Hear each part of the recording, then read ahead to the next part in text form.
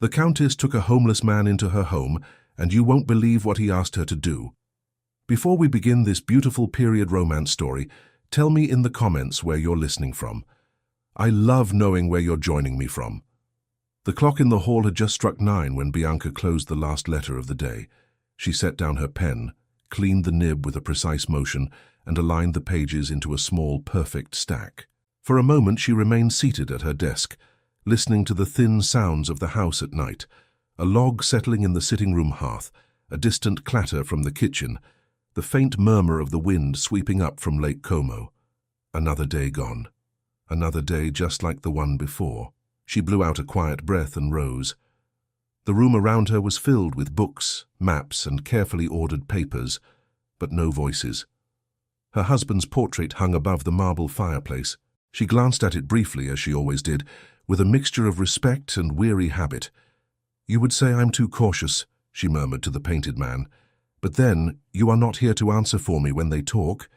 She turned toward the door, ready to follow the same small path as every evening. Corridor, staircase, dining room, a simple meal taken in silence. Her black silk skirts brushed softly against the carpet as she walked. But before she reached the corridor, a sharp sound cut through the routine. The bell at the gate rang. Once, twice, a third time, more insistent. Bianca stopped. No one visited at this hour, not without warning, not in winter. A moment later, footsteps hurried along the corridor. Marta, the housekeeper, appeared in the doorway, cheeks flushed, keys rattling at her waist. "Countess," Marta said, trying to sound calm and failing a little, "someone is at the gate." "I heard the bell," Bianca replied. "Who is it?" The coachman went to look. "He says it is a man, on foot, alone. He seems in poor condition." "In poor condition?" "His clothes are ragged, signora. He can hardly stand. Carlo thinks he might be a beggar from the road." Bianca hesitated. The air in the room felt colder all at once. "At this hour," she murmured, more to herself than to Marta. "In this weather." The wind groaned faintly against the window panes, as if to underline her words. "Shall we send him away?" Marta asked quickly. "Carlo can give him a coin or send him down to the village. The inn is not far. It is not proper, madam, to—" "If he can hardly stand," Bianca interrupted, "he will not reach the inn." Marta's mouth tightened.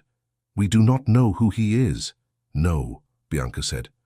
"We do not." They stood there for a heartbeat, looking at one another. Bianca could see the worry in Marta's eyes. Not only fear of danger, but something more delicate, more poisonous. Reputation. "How many servants saw him?" Bianca asked. "2, perhaps 3. They are all talking about it already." "Of course they are," she said softly. Marta lowered her voice. "If you allow him inside, people will say that a gentleman no longer protects this house." Bianca felt a brief sting at that, but she did not let it show. "They already say that," she replied, "because he is dead." Marta flinched. "Forgive me, Countess. I did not mean—" "I know what you meant. Come, we shall see this man. Signora, I beg you, at least remain inside. Let Carlo speak with him if he comes too close." "If he has come to the gate," Bianca said, "then he is already too close for me to pretend I do not hear him." She left the room with a determined step. Marta followed, still muttering warnings under her breath. They descended the staircase. A draught slipped through the old stone, cool against Bianca's face. When they reached the entrance hall, the front door stood open, letting in strips of cold night air and the smell of damp earth. Carlo, the coachman, stood there with a lantern. Its light fell on the gravel path beyond the door and on the figure leaning against the iron bars of the gate. Bianca stepped closer. The man outside was not old, perhaps 30, perhaps a few years more. Hard to say in that thin light. His clothes were travel-worn and dusty, the fabric frayed at the cuffs and hem. His boots looked as if they had carried him too far for too long. His hair, dark and overgrown, clung in damp strands to his forehead. He was not bleeding. There were no dramatic wounds, no bandages soaked with red.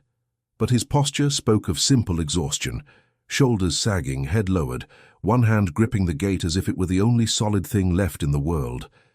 When Carlo lifted the lantern higher, the man winced and raised a hand to shield his eyes. "Who are you?" Carlo called. "What do you want?" The man licked his lips before answering as though each word cost effort. Forgive me. I need shelter, just for the night. His Italian was clear, the accent refined. No slurring, no roughness of the tavern in his speech. I will go at dawn. Carlo turned to Bianca. You see, Countess, he can speak, he can walk. The village inn will take him. We need only give him the direction. The man heard that and looked up. His gaze found Bianca's. It was not the gaze of a wild creature, nor of a man drunk or desperate with madness. His eyes, though shadowed with fatigue, were lucid, startled, almost apologetic. Bianca felt something in her chest give a small, involuntary twist. How far have you walked? She asked, stepping closer to the threshold. He tried to think.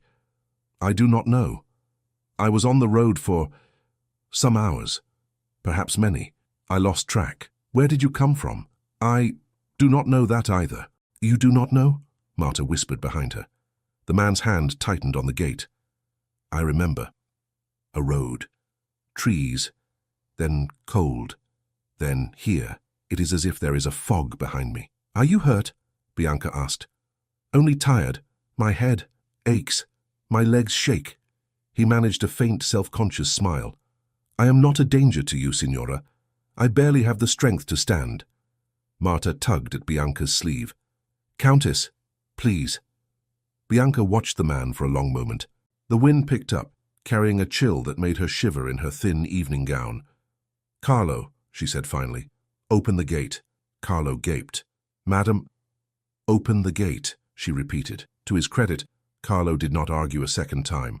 He strode out, keys clinking, and unlatched the iron bars. The man swayed when the gate moved and Carlo had to catch his arm. Careful, Carlo muttered. Do not fall and break your head on my stones.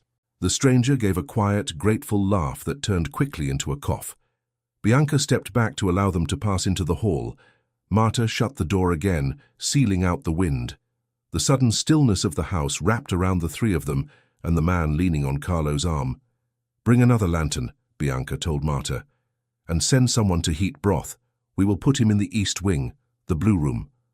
The blue room? Marta nearly squeaked. For him? It is the furthest from the main staircase, Bianca answered calmly. The servants' rooms are full, and I will not send him to the stables like an animal. Marta pressed her lips together, but did not argue further. She hurried away, calling for a maid. The man watched Bianca, breathing carefully, as though each breath still hurt his chest. You are too kind, Signora, he said. I may be foolish, she replied. We will see which word is more accurate in the morning. What is your name? He opened his mouth, closed it. A flicker of alarm crossed his features. My name is... He frowned, searching the air as if the word might be written there. I am sorry. It escapes me. You do not know your own name? Carlo asked, incredulous. I knew it, the man said slowly. But when I try to grasp it, it slips away. There are pieces, fragments, a voice calling me, a hand on my shoulder. But the word itself, he shook his head. It is gone. Bianca felt Marta's earlier warning echo inside her. A nameless stranger, a widowed countess, a house full of servants with quick tongues. You remember nothing? She asked quietly. He hesitated. I remember certain things. A room with high ceilings, a long table, people speaking of lands and accounts, a hand signing a paper, music in another room. But when I try to see faces, they blur. Carlo sniffed. He remembers tables, but not his own name. Bianca ignored him. Do you remember any town? Any sign along the road? Anything that tells you where you came from? Only that I walked for a long time, the man answered, and that I felt I had to keep moving, as if something bad would happen if I stopped, but I cannot say what. I know this is no help to you, Signora. If you wish me to go, I will try to reach the village. He tried to straighten, as if to leave, but his knees softened, and Carlo had to support him again. Do not be absurd, Bianca said. You can barely stand. You will stay. Tomorrow we will see what can be done. He looked at her with such naked relief that she had to look away for an instant. Thank you, he said. I will not forget this kindness. His tone, his choice of words, the way he bowed his head, It was all too graceful for a man who claimed the road as his home. Bianca noticed every detail. She said nothing. 2 maids arrived with a second lantern and a puzzled expression. "This way," Bianca told them. "We shall take him upstairs. Slowly, Carlo." Carlo grunted. "I am not carrying him, that is certain, but I will keep him upright." They guided the stranger up the staircase, 1 careful step at a time. His breath came a little too fast, but he did not complain. Every now and then he glanced at the paintings on the walls with a faint, curious recognition, as though the style of brushwork and the subjects were familiar territory. In the blue room, the bed was quickly stripped and remade with fresh linen. The maid opened the shutters to let in a little air, then closed them again against the cold. A jug of water and a cup were set on the bedside table. Carlo eased the man down onto the mattress. For a moment his shoulders sagged with sheer relief. He closed his eyes, then forced them open again, as if afraid to appear ungrateful by falling asleep too quickly. "You will manage from here," Carlo said. "I hope." "I will, thank you," the man replied. Marta hovered in the doorway, arms crossed, lips pressed tight. Bianca went to her side and whispered, "Send one of the maids to sit in the corridor, at least until he falls asleep, and have a footman sleep downstairs by the door, just in case. There, you see, I can be cautious." "And our reputation," Marta murmured. "That I will guard myself," Bianca answered. She stepped back into the room. "You should rest," she told the man. "Broth will come shortly.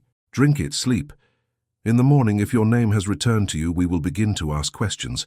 Until then, we will call you—" She searched his face, as if the letters were written there. "Lorenzo," he said suddenly, with a small gasp of relief. "Lorenzo. Yes, that is mine.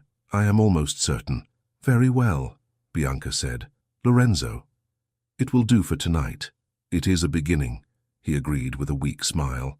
When the servants withdrew and the door was left half open, Bianca walked back toward her own rooms with Marta at her side. "This will not be easy, Countess," Marta said softly. "If anyone in the village hears that there is a man in the house, and yet—" "I could not leave him on the road," Bianca replied. "You could have sent him to the inn." "Yes," Bianca said. "I could have." They said nothing more until they reached the door of Bianca's chamber. "Thank you, Marta," Bianca said. "You may go. Tell the kitchen not to wait for me. I will not come down to dinner." "You must eat," Marta protested. "Later. Bring something up, perhaps," Bianca answered.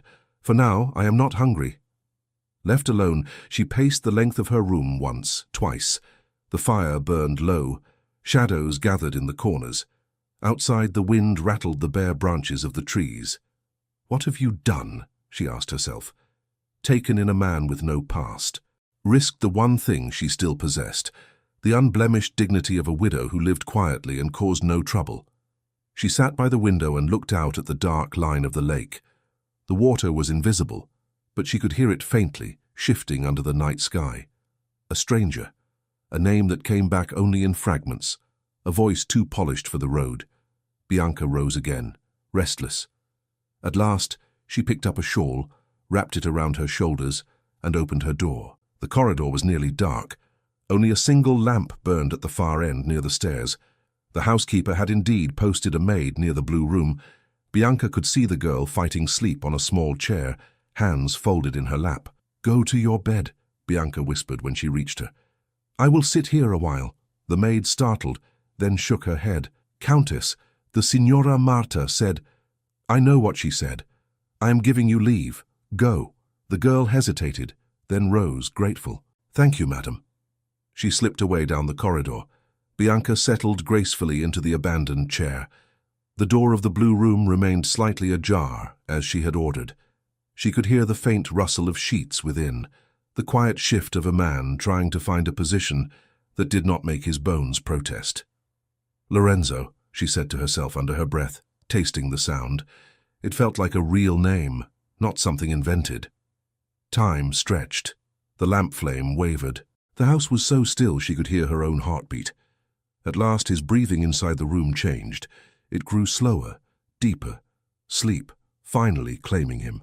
Bianca should have gone back to her bed, but she remained. She heard him stir. Then, in a low, troubled murmur, he spoke.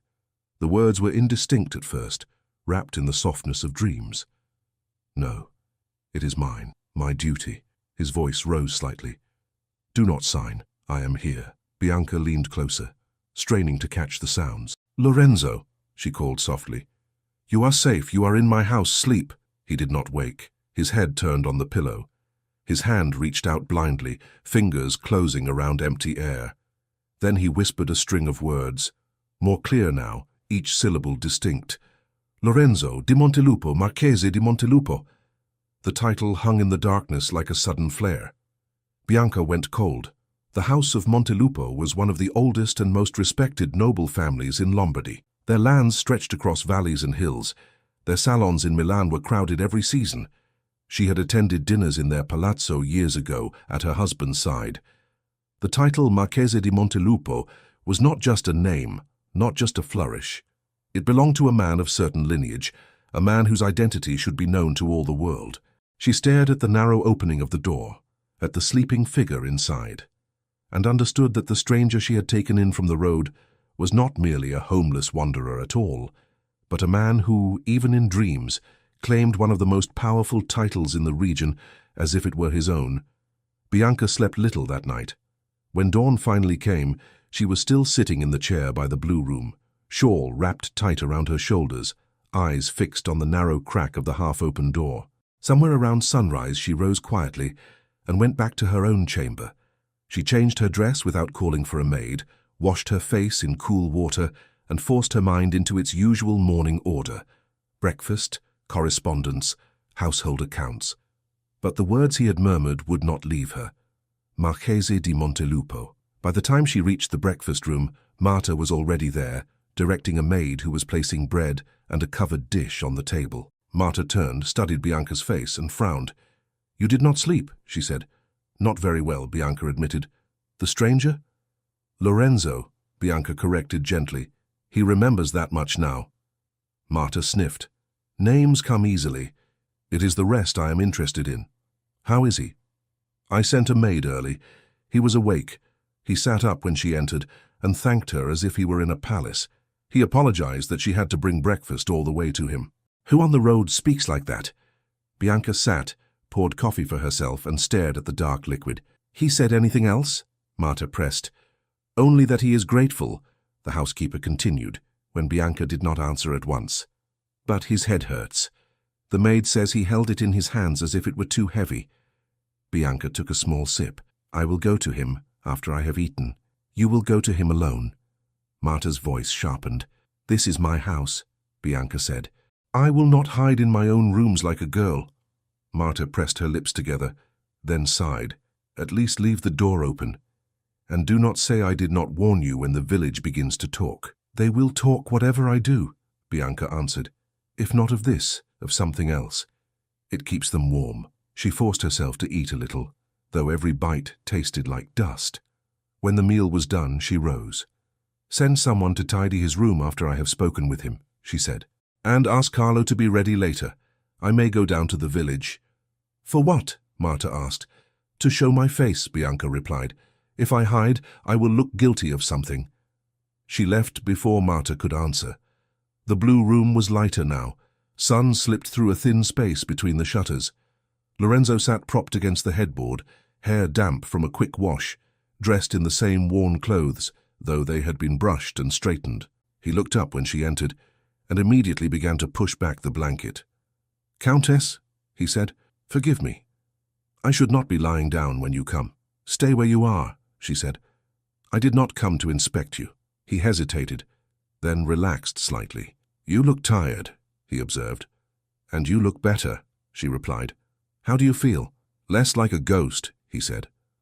More like a man who has been foolish enough to walk too far with too little food. Your head, it aches, he admitted. But not as much as yesterday. Perhaps the roof and the bed helped. The bed is old, she said, but it has seen worse burdens. He smiled briefly at that. Do you remember anything more? She asked. Lorenzo shook his head slowly. Only that I am grateful to you, and that my name is Lorenzo. It fits. Beyond that there is still fog. Names sometimes fit even when they are borrowed, Bianca remarked. He met her gaze. You do not trust me. I do not know you, she returned. That is fair, he said. She moved closer to the window and opened the shutters a little more. Light filled the room, landing on his face. In clear day, he seemed less like a vagabond and more like a tired gentleman in ruined clothes. There was a neatness in the line of his jaw, a carefulness in the way he held himself even now. When he saw the lake through the window, he grew still. "Ah," he said softly. "You know it?" she asked quickly. He stared at the water, brow furrowing. "It feels unfamiliar. The light, the way it rests on the hills. I have seen this before, or something very much like it." "Many people have seen this," Bianca said, trying to keep her voice neutral. "Lake Como is not exactly a secret." "No," he allowed. "But for me it is more than a landscape. It is like a word on the tip of my tongue. Close, but not quite there." Bianca watched him carefully. "Perhaps it will return in time." "And until then?" he asked. "What will you do with a man who cannot tell you where he came from?" "I will not do anything with you," she replied. "You will rest. When you are stronger, we will find you something decent to wear and send word to the parish priest. He knows many people. Perhaps someone has reported a missing man, perhaps not. We will see." Lorenzo studied her. "You are calmer than I expected." "I am very good at being calm," Bianca said. "It is one of the few talents society approves in a widow." He smiled again, a little sadly. "Then allow me to disturb your calm enough to say thank you, truly. You could have left me outside your gate.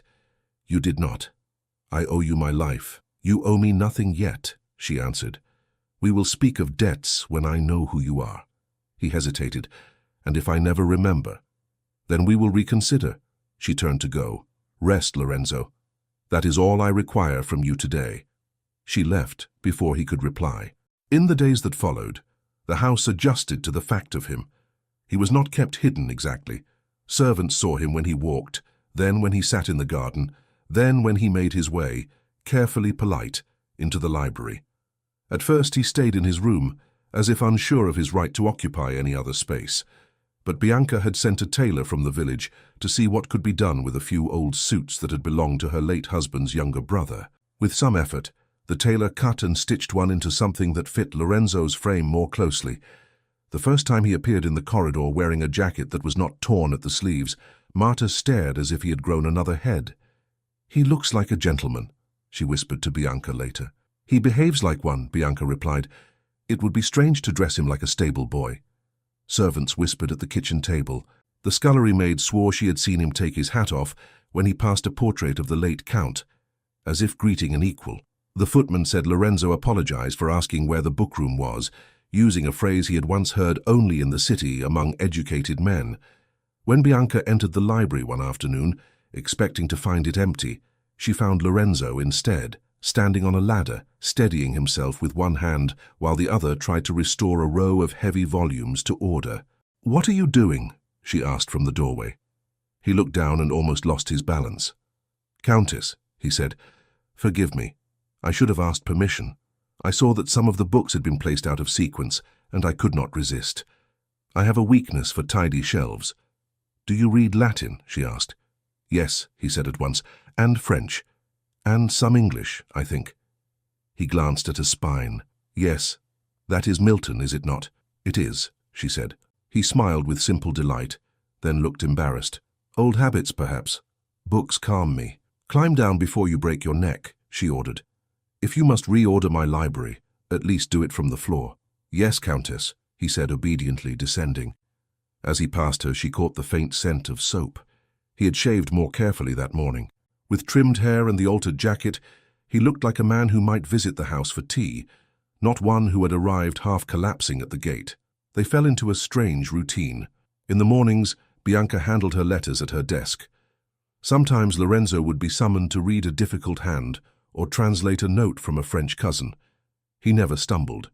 He made quick, precise sense of every line. "You have been well educated," she observed one morning, after he had translated 3 letters in succession. "So it seems," he agreed, with a hint of discomfort. "In what?" she asked. He looked at his hands. "I can pass legal phrases. I know the language of land and contracts. But if you ask me the name of the town where I learned it, I have nothing." "The mind is a strange thing," Bianca said. In the afternoons, when the weather permitted, He walked slowly in the garden, sometimes with a cane Marta insisted he take, though he used it more out of politeness than necessity. Occasionally, Bianca joined him under the pretense of checking on the roses or inspecting the hedges. Their conversations remained cautious, but grew less stiff. "It is curious," Lorenzo remarked once as they paced the gravel path. "I know how to address you. I know the forms. Countess, Signora, Your Excellency, if needed. I know which fork to use at a formal dinner. I know the proper order in which to greet guests from various families. But when I try to remember my own house, my own servants, there is nothing." "Perhaps you were a servant," she suggested, watching him. He laughed softly. "If so, I was a very arrogant one." "Arrogant?" "I have the reflex to give instructions," he said. "I have to stop myself from telling your coachman how to arrange the horses." Bianca smiled despite herself. "Do not. He would never forgive you." Despite the light tone, every one of these details pressed on her mind. The title he had murmured in sleep lingered like a shadow behind every word. Montelupo. She had not spoken it to anyone, not even to Marta. But the servants spoke other things.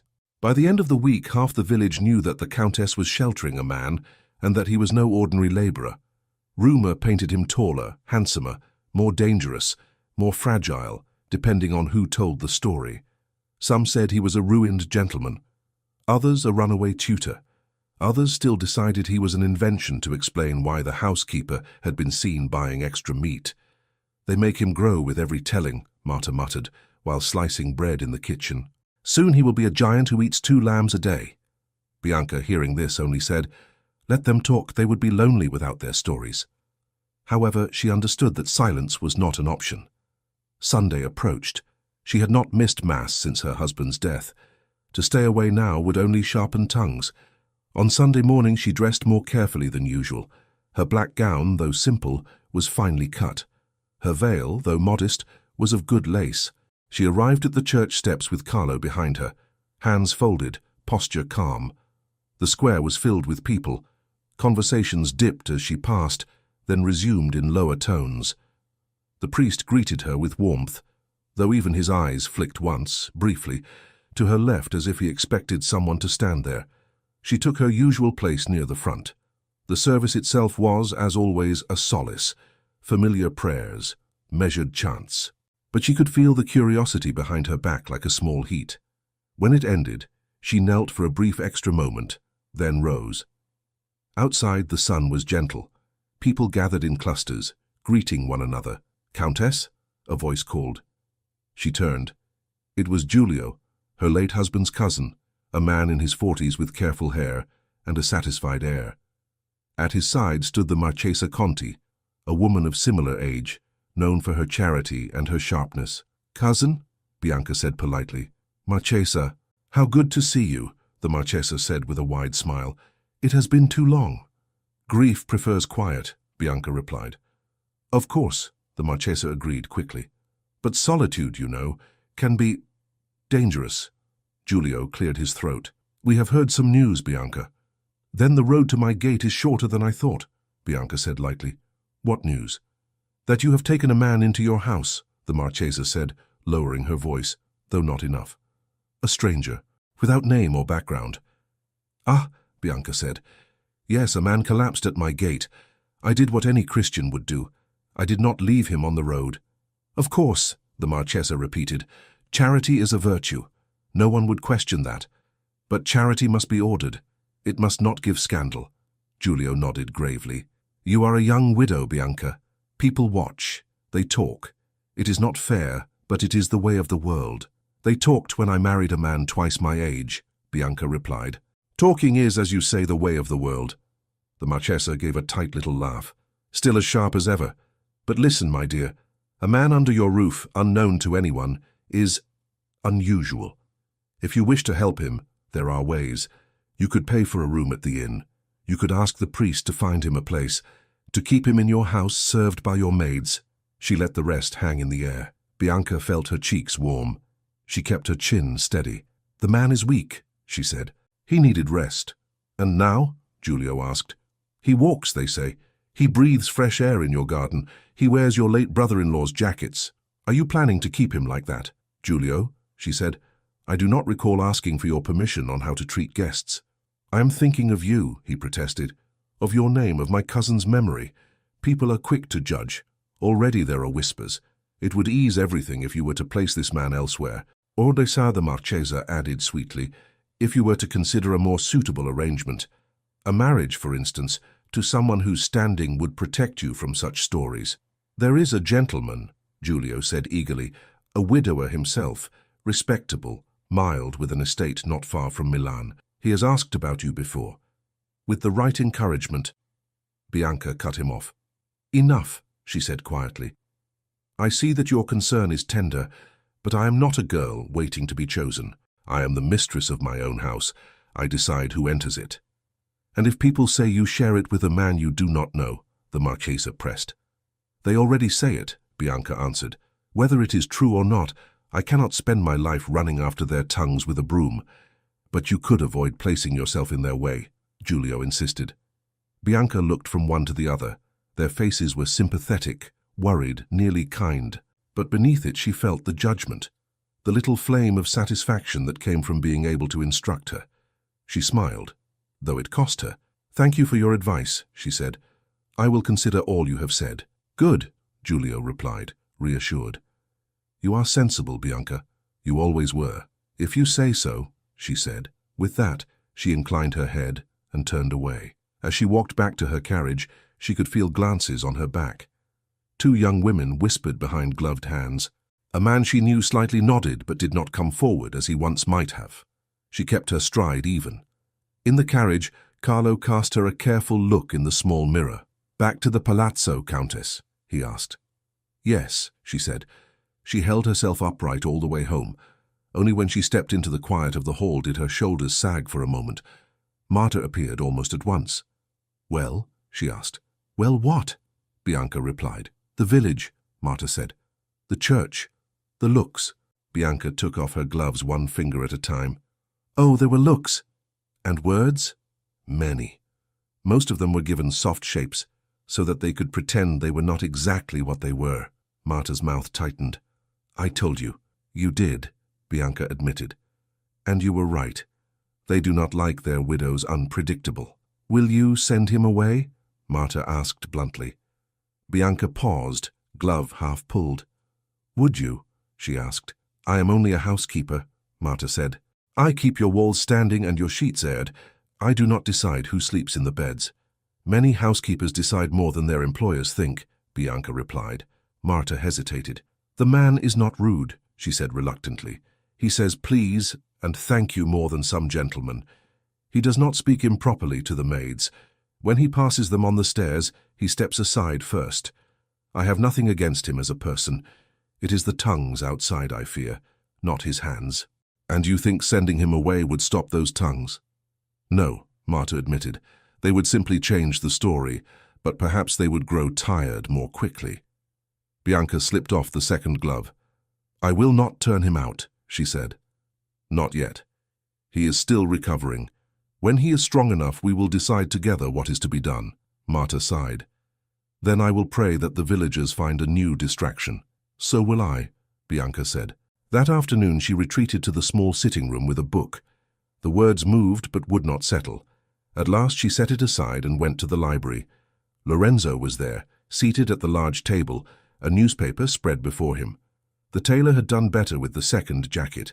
This one fit more comfortably, though it still bore traces of its previous owner's shape. He rose when she entered. Countess, he said, I was about to bring this to you. The newspaper? She asked. You may leave it. There is a notice, he said. A piece I thought you might wish to see. It concerns a concert in Milan.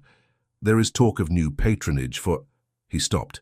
His eyes had fallen to a small section near the bottom of the page. The blood drained from his face. Lorenzo? She asked. He did not answer. His hand tightened on the paper until it crumpled. She crossed the room quickly. What is it? She demanded. He looked up at her, bewildered. This, he said, barely above a whisper. She took the paper, smoothed the page. There, in a column about society events, she saw the name. Yesterday evening, the Marchese di Montelupo received a distinguished company at his residence in Milan. The words blurred slightly as she read details of the guests, the wines, the music. At the top of the column, a small illustration showed the Montelupo coat of arms, a stylized hill and wolf, arranged in a familiar pattern. Bianca felt Lorenzo step closer to her shoulder. His breath was uneven. "The crest," he said. "I know it. Not with my eyes. I know it with my bones." "You spoke that title in your sleep," she said quietly. "Do you remember?" He closed his eyes briefly. "Yes. Do you know this man?" She pointed to the name of the current Marchese, printed in clear black letters. He swallowed. "I should. I do. But the name, it slides away. I see a face in shadow, a voice saying, 'You must trust me. It is better this way.'" He pressed his hand to his temple. "Sit down," Bianca ordered. He obeyed, dropping into the nearest chair. She set the paper on the table and sat across from him. "Tell me everything," she said. "Even if it sounds foolish, every fragment." He stared at his hands. "There is a house, not unlike yours, but larger. Old stone. A long drive. I have walked it many times. Trees on either side. At the door, a man waits with a bundle of papers. He hands them to me. He calls me Signore. Sometimes Signor Marchese. Oh, not always, but sometimes. Enough that it feels natural. I correct him once. He laughs and says, 'You will have to grow used to it.'" Bianca's heart beat faster. "Go on," she said. "There are lessons," he continued slowly. "Not the lessons of a boy in a village school. Lessons in how to read contracts, how to speak to tenants, how to listen to a lawyer without being deceived. An older man with spectacles drills me. 'You must understand,' he says, 'for when you are master you will sign and your signature will move more than ink.'" He lifted his eyes. "I can smell the ink, hear the scratch.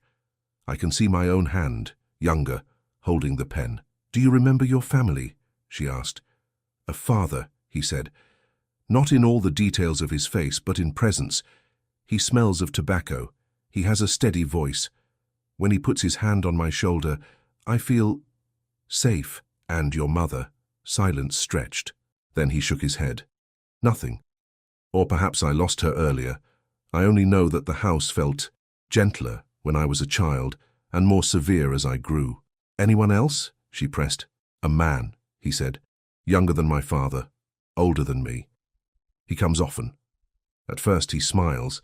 He tells stories, makes jokes, speaks of the city. Later his visits grow more serious. He talks with my father in a room with the door half closed. I hear pieces. Fragile health. Too soon. Responsibilities. I am not meant to listen, but I do." Bianca felt that everything in the room had narrowed to his voice. "Later still," he said, "the house changes. The older man with spectacles begins to look at me differently. He repeats lessons. He speaks slower, as if to someone simple. My father seems worried. The other man says he needs rest. All this study and pressure. It is not good for him. There is talk of a retreat, a place in the country, quiet, where I am to recover. I do not feel ill. I feel confused, but they tell me that confusion is a symptom, that if I do not rest I may become worse. I begin to doubt myself." His hands clenched. "Then," Bianca whispered, "then there is the road," he said. "And nothing. Fog. Until I stood at your gate." Bianca let out a slow breath. "You think," she said carefully, "that you are this Marchese, or were meant to be." "I think," he answered, "that I was prepared to be. That I lived in that house, walked those halls, was taught to carry that title, and now someone else holds it. Many families send their heirs for rest," she said. "It is not unheard of. Do they forget them there?" he asked quietly. "Do they never bring them back?" She did not answer. He looked at the newspaper again, at the printed coat of arms. "I could be wrong," he said. "I could be inventing all this to satisfy my pride. A man without memory will grasp at anything that makes him feel important. And yet," she said slowly, "the way you hold a fork, the way you address people, the languages you speak, the things you know, they do not come from nowhere." He gave a bitter little smile. "So I am either a nobleman or a thief of noble habits." "I doubt you have stolen anything," she said. Then consider the other option, he replied. If I am indeed who I think I am, then someone preferred me out of the way, and someone else was placed in my place. He fell silent. Bianca thought of the Marchese's name printed there, of dinners long ago in Milan, where she had seen a man at the head of a table, speaking with easy authority. At the time, she had not paid much attention. She had been a young wife told whom to greet, where to sit, but the name was not strange to her. "What do you intend to do?" she asked. He laughed softly. "I? Nothing." "With what? A half-remembered past and a jacket that does not belong to me? I cannot walk into that house and say, 'Move aside, I have returned.' They would call for a doctor, not a lawyer." "Perhaps there is a way," she began. He shook his head. "Without proof, without even a family name I can swear to, it would be my word against the world's comfort." Silence sat between them for a moment. "Countess," he said at last, voice lower, "there is something else you must consider." "What is that?" she asked. "If I am right," he said, "and someone chose to send me away, then they had much to gain from my absence. They will not want this question raised again." "There is no question yet," she said quickly. "We are only speaking." "But papers travel," he said, nodding toward the newspaper. "Servants talk. If anyone learns that a nameless man has appeared in your house, speaking of that crest, remembering that title, they will not shrug and say, 'How curious.' They will be afraid. And people who are afraid can be inventive." "Inventive?" she repeated. "They can declare me a lunatic," he said. "They can say I escaped from a place of treatment. They can accuse me of imposture, of seeking to profit from a respectable name. And because I am in your house, they can drag you into it. They can say you encouraged me, that you helped me, that you kept me for reasons that have nothing to do with charity." Bianca felt a chill run through her that had nothing to do with the room's temperature. "You think they would go that far?" she asked. "If they have already rewritten my life once," he said quietly, "why would they hesitate to rewrite yours as well? If they discover I am here and that you believe me, they will not rest until they have destroyed your name along with mine." For a long moment, Bianca said nothing. The words Lorenzo had just spoken lingered between them, heavy as the stone walls around them. "If they discover I am here and that you believe me," he had said, "they will not rest until they have destroyed your name along with mine." She looked at him across the library table. The newspaper lay between them, the ink on the Montelupo crest still fresh. "You exaggerate," she said at last, though her voice lacked conviction. "I do not think so," he answered quietly.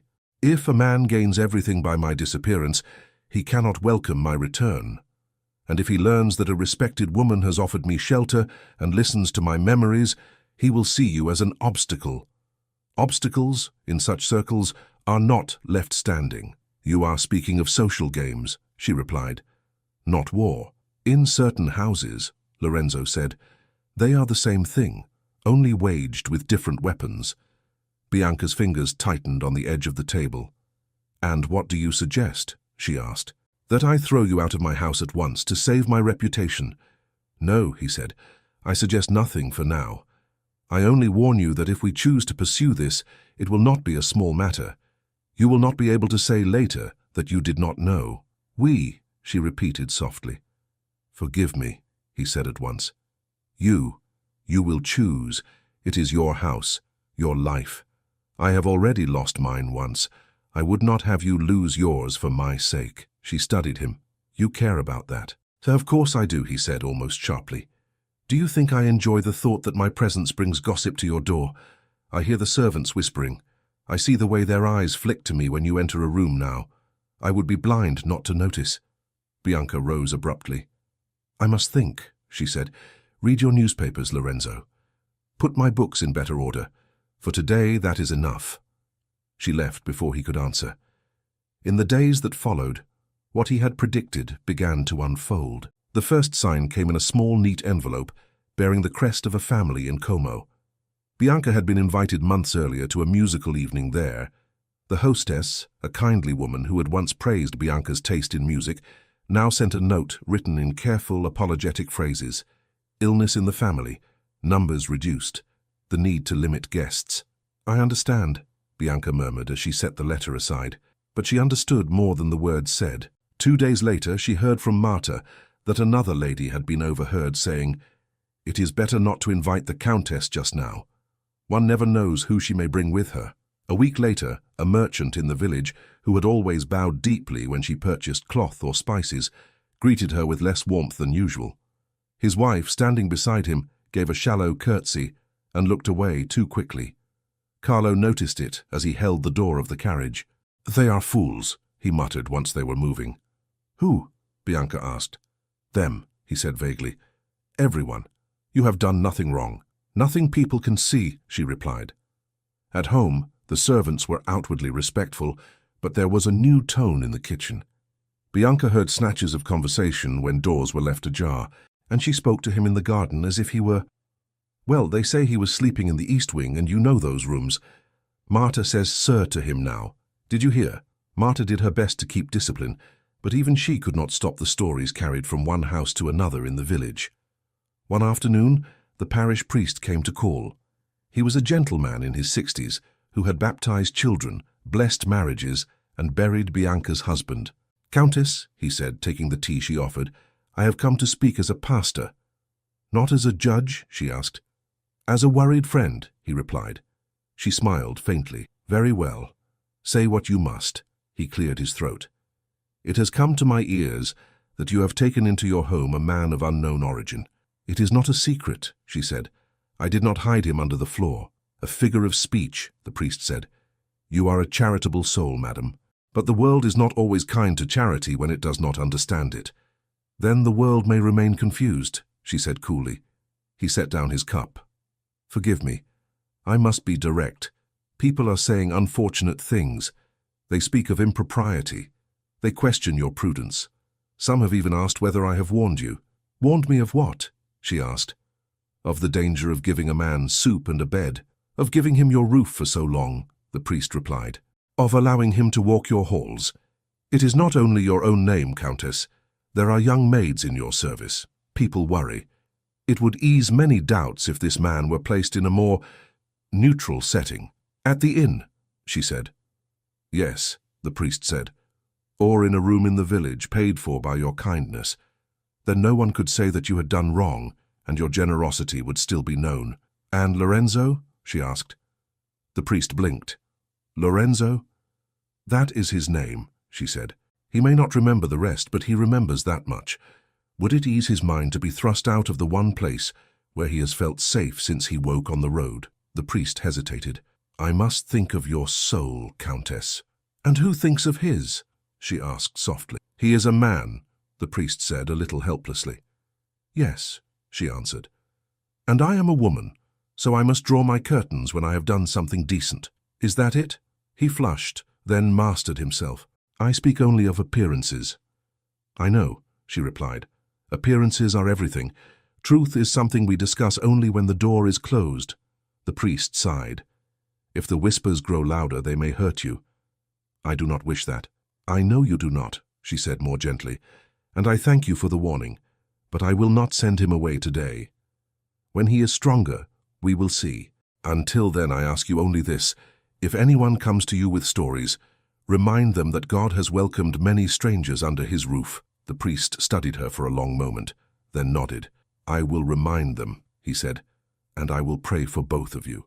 When he had gone, Bianca stood alone in the hall, feeling as if the walls themselves were whispering. That evening, Lorenzo did not appear at dinner.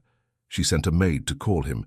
The maid returned, saying his room was empty. "He is not in the garden," Marta reported, hurrying in. "He is not in the library. Carlo has not seen him. Where could he have gone?" Bianca did not answer. A hollow feeling spread in her chest. She went up the stairs herself. The blue room door was open. On the bed lay the clothes he had worn the first day, folded with care.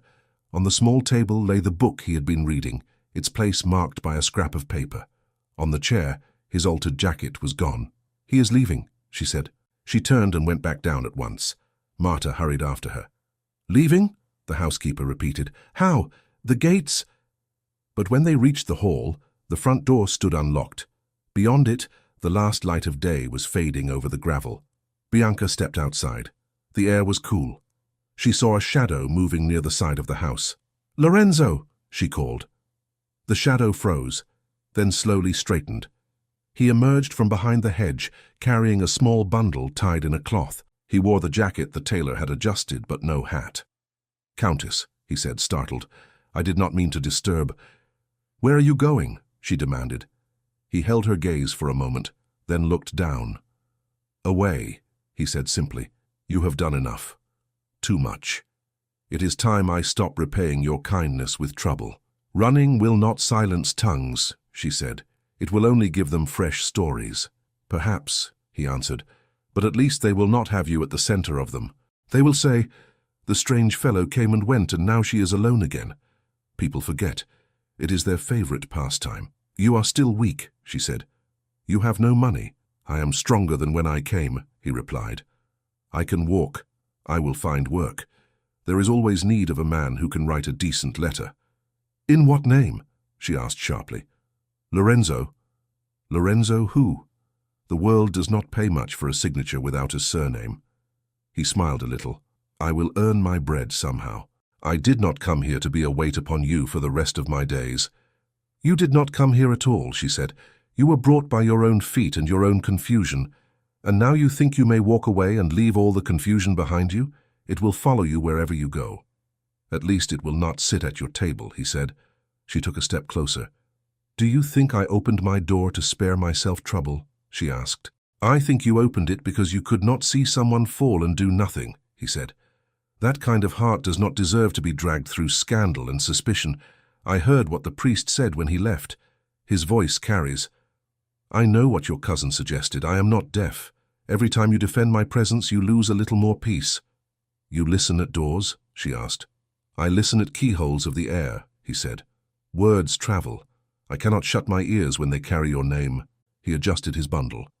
"This is the simplest solution," he said. "I go, you stay. They will forget me in a week. In a month, they will pretend they pitied you for being so easily misled. In a year, they will have a new story. You will be safe. And you?" she asked. He gave a slight shrug. "I will do as others have done before me," he said. "Walk until I find a place where my face is new and my past does not matter." Something inside her snapped at that. "Do not speak as if your life were a discarded coat," she said. "You are not a ghost, Lorenzo. You are a man with a past someone has tried to erase. You may accept it if you wish. I will not." He looked up, surprised. "Why?" he asked softly. "Why does it matter so much to you? You did not know me before that night. I am nothing to you." She opened her mouth, then closed it again. The words felt too large for her throat. "You filled my house," she said finally. "Is that a small thing? For years I have walked these corridors hearing only my own steps. I have taken my meals in silence. I have spoken more to portraits than to people. Then you arrived, and suddenly there is conversation, laughter even sometimes, a voice at the table, books being read aloud. It is different. That is loneliness speaking," he said gently. "Not reason." "Loneliness has its own reason," she replied. "If you leave now, you will not only take your troubles with you, you will leave something broken behind. Do you want that?"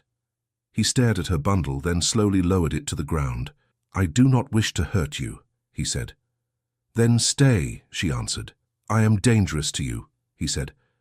"Not with my hands, with my history, with my questions, with the name I may carry. The more we speak of it, the more peril grows around you. I have lived many years under the illusion that silence keeps one safe," she said. "It does not. It simply makes one invisible. I am tired of being invisible, Lorenzo. If I am to face the world's scorn, I would rather it be for having done something than for having lived like a shadow."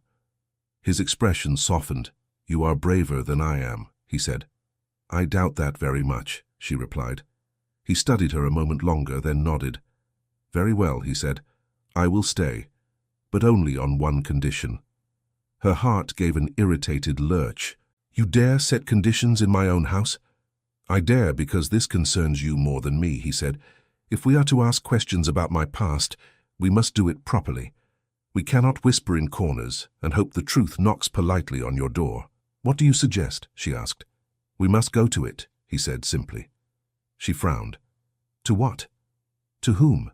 "To those who keep records," he replied. "To those who recognize the title of Montelupo long before you and I spoke its name in this room." To those who can say whether there is a place in their documents where a man of my description should stand and does not. You mean? She trailed off. I mean, he said, we must go to Milan, to the city, to the council, to the lawyers who oversee noble estates. I cannot present myself as a madman from the road. They will send me away at once. I need someone whose name still means something to introduce me, someone whose word carries weight, someone who can say, this man may be what he says he is. Hear him. She understood at once what he meant. No, she said. He had been calm. Now he looked almost startled. You do not know what I was going to ask, he protested. Yes, I do, she said. You want me to stand beside you in front of them, to lend you my name, to say that I, Bianca di Lazzaro, believe you. Yes, he said quietly. That is exactly what I want. Do you know what they will say? She demanded.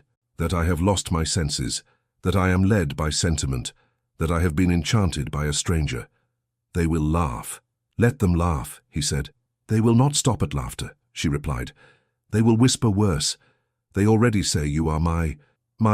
Her face heated. She could not finish. I know what they say, he answered calmly. But their words do not change the truth. We are not what they imagine. You took me in when I was half fainting at your gate. There is honor in that, not shame. Honor is easily mocked, she said bitterly. But not forever, he replied. In the end, if we are right, the facts will stand. And if we are wrong, she cut in, I will have dragged myself into ridicule for no reason. Is that what you offer me? No, he said. That is what I fear, which is why I do not ask this lightly. He took a breath. There is another way, he continued. A stronger one. One that would make it more difficult for them to dismiss me as a passing case or to treat your support as mere fancy. It is more risky for you. She stared at him. Speak clearly, she said. Do not dance around it. He looked straight into her eyes. If you were to present me not merely as a guest, he said slowly, but as a man under your protection in a more formal sense, they could not ignore me. If you were to announce that you are engaged to me, even provisionally, they would have to listen. Engaged, she repeated, as if testing a strange foreign word. Yes, he said, an engagement of convenience, as they say, a promise that could be reconsidered later if needed. On paper, it would give me standing. People would see me not as a nameless wanderer, but as the intended husband of Bianca di Lazzaro, widow of a respected count. They would have to treat my words with some seriousness. Your invitation to be heard would not be refused. She laughed once, a sound halfway to outrage. Do you hear yourself? She asked. You suggest that I put my hand in yours and tell the world I intend to marry a man who cannot tell me the name of his childhood dog. I know how it sounds, he said. I would not propose it if I saw another path. There must be another, she insisted. Perhaps, he conceded, but I have thought on it many nights, alone, in that room, turning every possibility over. Without a name, I am nothing. With a name only in my own mind, I am a curiosity at best, a nuisance at worst. With your name beside mine, I become someone who must be answered.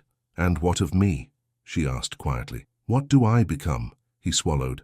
A woman who has either made a grave mistake, he said, or been extraordinarily courageous. You forget another option, she added. A woman everyone believes has taken a lover into her house and then decided to give him her fortune. He flinched. I would never touch your fortune, he said quickly. The world will not believe that, she replied. They will say I have been deceived. They will say you have charmed me. They will say I am foolish. Then say no, he said. I will not blame you. Silence fell. He bent to pick up his bundle. You asked me to stay, he said. I will honor that, with or without this mad plan. I can find work in the village under any name. I can disappear quietly. You need not tie yourself to me to keep me alive. She watched him straighten again. You ask me to bind my name to yours, she said slowly, so that you may recover the one that was taken from you. Yes, he admitted. And if after all this you are recognized as the Marchese, or as someone else of rank, she continued, what then? You will thank me politely, bow, and walk into that life, leaving me with the label of foolish widow who almost married an uncertainty. His jaw tightened. If that is what you wish, he said. "I will accept your decision, but it is not what I would choose." "What would you choose?" she asked, her voice almost a whisper.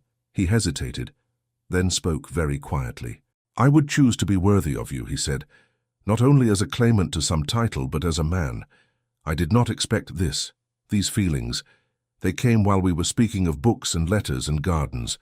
I am not proud of them, because they complicate everything. But they are there. If I ask anything of you now, it is not because I see you as a convenient shield. It is because you are the only person in this world who has seen me as more than a question mark." Her breath caught.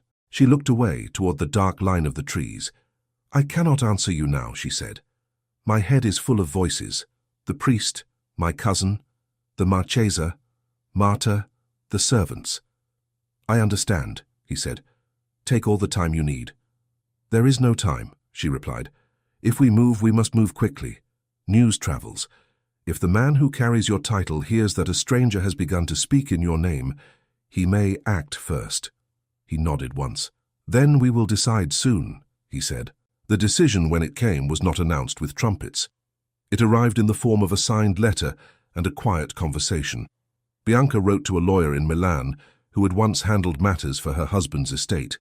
In calm, measured phrases, she informed him that she wished to register her intention to enter into a future marriage with a gentleman named Lorenzo, currently residing under her roof.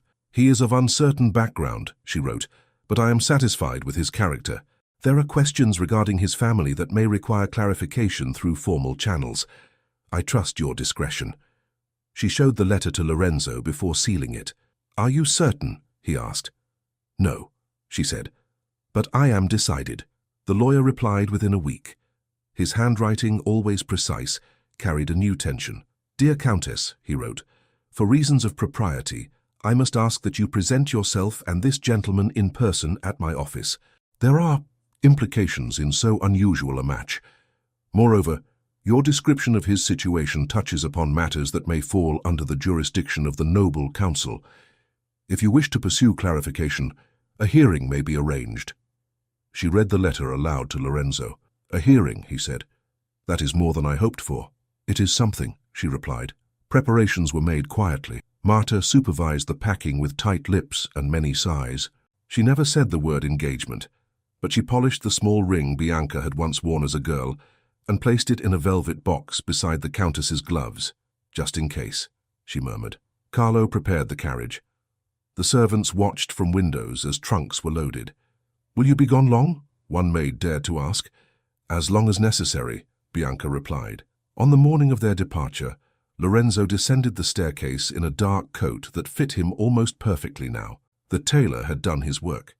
He looked, Bianca thought uneasily, exactly like what people would expect of a man engaged to a countess. Marta adjusted Bianca's veil with nervous hands. "You can still change your mind," the housekeeper whispered. "I know," Bianca said, "but I will not." They drove to Milan with little conversation. The town gave way to open road, then to the growing hints of the city.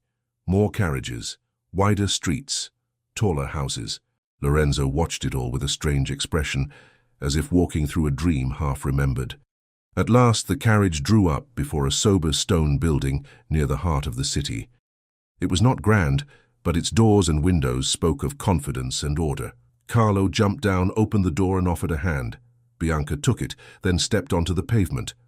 Lorenzo alighted beside her. A few passers-by glanced their way, curious. Ahead, at the top of a short flight of steps, two clerks stood by the entrance checking a list. "That must be the place," Lorenzo said. Bianca's heart beat hard, but her voice was steady. "Are you ready?" she asked. "No," he answered softly. "But I am willing." They climbed the steps together. The clerks watched them approach, eyes flicking from Bianca's veil to Lorenzo's face. "Name?" one of them asked. "Countess Bianca di Lazzaro," she said. With my fiancé, Signor Lorenzo." The clerk's brows lifted almost imperceptibly. He checked his list, then nodded. "You are expected," he said. "The council has agreed to hear your request. Please enter." He opened the heavy door. As they stepped over the threshold, a murmur rose from within the hall. Faces turned. Some recognized Bianca, Others looked at Lorenzo with open curiosity. Her man in a dark robe at the far end called out in a carrying voice, "The Countess Bianca di Lazzaro and Signor Lorenzo, presenting a matter concerning the title of Montelupo." Bianca felt the weight of every gaze press upon her as the great inner doors began to swing closed behind them. The council chamber was high-ceilinged, but surprisingly bare. A long table dominated the center of the room. Behind it sat several men in dark coats, papers neatly arranged before them. To one side, like a spectator given an important chair, sat a man Bianca recognized dimly from dinners years ago, the current Marchese di Montelupo. Her lawyer, Signor Rinaldi, met them at the entrance and bowed. "Countess," he said, "Signor Lorenzo, I thank you for your punctuality." Bianca inclined her head. Lorenzo merely nodded. She could see the tension in his shoulders. "May I ask," Lorenzo murmured to Rinaldi, "whether I am to be treated as an accused criminal or a petitioner today?" "As neither," Rinaldi replied quietly. "You are here as a man asking that his identity be clarified. The council has no interest in punishing anyone, only in preventing confusion." "That sounds very noble," Lorenzo said. "It also sounds very legal," Bianca added. "Which is, I suppose, what we need." Rinaldi gave a brief smile. "Stay close. Answer only what you are asked. Do not guess unless you must." They approached the table. One of the men at the center, older, with careful grey hair, cleared his throat. "Countess Bianca di Lazzaro," he said. "Signor Lorenzo, please, be seated." 2 chairs had been placed opposite the council. Bianca and Lorenzo sat. She could feel eyes on her from every direction. The presiding councillor glanced at a sheet of paper. "We are gathered for an unusual matter," he said. "The Countess has requested that we hear a claim relating to the title of Montelupo and to the person of the current Marchese." His gaze moved to the man on the side chair, who remained composed, if slightly stiff. "We have agreed to listen, not because we anticipate upheaval, but because it is our duty to ensure the integrity of noble estates under our oversight." Bianca felt her throat tighten. She kept her hands clasped in her lap. "You are aware," the councillor continued, "that false claims in such matters can bring serious consequences upon those who present them." "I am aware," she said calmly. "And yet you have chosen to come forward," he said. "Why?" "Because I have reason to believe that the man at my side is not what he appears to be," she answered. "Or rather, that he is more." "We will ask you to explain in due course," the councillor said. He turned to Lorenzo. "First, however, we must establish basic facts." Lorenzo sat straight, his gaze steady. "You present yourself as Lorenzo," the councillor said. "Do you have a family name?" Lorenzo shook his head. "Not one I can swear to with certainty, Excellency, only fragments." "Do you recall where you were born?" "No." "Do you recall who your parents were?" "I recall a father," Lorenzo said, "but not with a name or a clear face. Only with a voice, a manner, a presence. I recall lessons given in his house for my sake. But I cannot say in what town that house stood. Yet according to the petition submitted," the councillor said, "you have suggested that you may be the rightful bearer of the title Marchese di Montelupo." Lorenzo swallowed. "I did not come here to tear anything from another man's hands. I came because my own life does not fit. I have memories that match no name, and a name that matches no records. When I saw the Montelupo crest and read the title in the newspaper, I felt something inside me stand up and answer. I cannot explain it better than that." "That is not much on which to base a legal claim," another councillor commented dryly. "No," Lorenzo agreed, "which is why I did not come straight to you from the road. I would not ask to be heard if I had nothing more than a feeling. But there are details. They may be nothing. They may be everything." "Then let us hear them," the presiding councillor said. "Tell us what you remember." Lorenzo spoke. He described the house, its long drive lined with trees, the way the sun fell at a certain angle on the east wing each morning. He spoke of the tutor with spectacles, of lessons in contracts and signatures. He spoke of the man who visited often, younger than his father, older than himself, sometimes jovial, sometimes serious. He spoke of phrases half heard, fragile health, too much pressure, a retreat for his own good. The councillors listened without interrupting. Their faces gave nothing away. The current Marchese watched him with an expression Bianca could not read. "And after this supposed retreat?" one of the councillors asked. "Nothing," Lorenzo said simply. "I remember a road, cold, confusion, then the Countess's gate. The years in between are missing, as if someone had cut them from the page." The presiding councillor steepled his fingers. "Tell me, Signor Lorenzo, if we were to take you eyes closed into the Montelupo residence in the city, would you be able to find your way?" "I do not know," Lorenzo admitted. "Perhaps, or perhaps the fog in my mind would thicken when I tried." "Convenient," another man muttered. Bianca bristled. "He has not asked to be convenient," she said. "He has asked to be understandable." The presiding councillor raised a hand. "Please, Countess, we are not here to mock. We are here to test. The question is whether the details he has given match anything we know." He turned slightly. "Signor Bellini, if you would." A thin man with spectacles, seated at the back of the room, rose. Bianca had not noticed him before. "Present yourself," the councillor said. "I am Carlo Bellini," the man replied. "For many years I was employed as a tutor in the House of Montelupo. I instructed the young heir in matters of letters, languages, and estate management." Bianca's heart sped up. "You heard this man's description of his lessons," the councillor said. "Did it correspond with your methods?" Bellini adjusted his spectacles and peered at Lorenzo. "In its outline, yes," he said slowly. "I did indeed stress practical matters. Many young gentlemen know poetry, and nothing of rents. I tried to correct that. I drilled him in contracts, wills, and obligations. I used phrases, yes, that one, about signatures moving more than ink. I recall saying that." "You are certain?" the councillor asked. "The words are mine," Bellini said. "In any case, I doubt they are common in other households." "And the house itself?" the councillor asked. "The drive, the trees, the wings." "That could be known to many," Bellini answered. "Servants, visitors. I will not pretend only the heir saw them." "Do you recognize this man?" the councillor asked directly. Bellini studied Lorenzo for a long moment. "At first glance, no," he said. "Time changes a face, but there are gestures. The way he holds his shoulders, the way he turns his head slightly when he is thinking, the way his hand drifts to his temple when he recalls something difficult. These are familiar, very familiar." "And his voice?" the councillor pressed. "The tone is lower," Bellini said. "But the cadence, the choice of words, I could almost believe I am hearing my former pupil speak as a man." The room seemed to hold its breath. "Almost," one councillor repeated. "I cannot swear to it," Bellini said honestly. "I am a teacher, not a judge. But if you ask whether this man's manner matches the boy I taught, I must say yes. Painfully so." The current Marchese shifted in his chair. His jaw tightened. "Thank you," the presiding councillor said.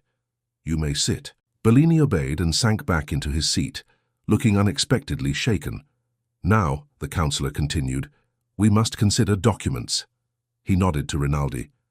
"You brought something for us," he said. "A sealed letter from the late Marchese." "Yes," Rinaldi answered, rising. "Years ago, after the death of the previous holder of the title, there was concern, voiced quietly, about the fragility of the young heir. The late Marchese deposited with my office a private letter, not a will, but a statement of intention and reflection. He asked, should there ever be confusion, that it be produced, but only in the presence of the family and this council." "You have kept it sealed?" the councillor asked. "I have," Rinaldi said, "until this morning." He placed an envelope on the table. The wax bore the Montelupo seal, unbroken, until a clerk had carefully slit it earlier.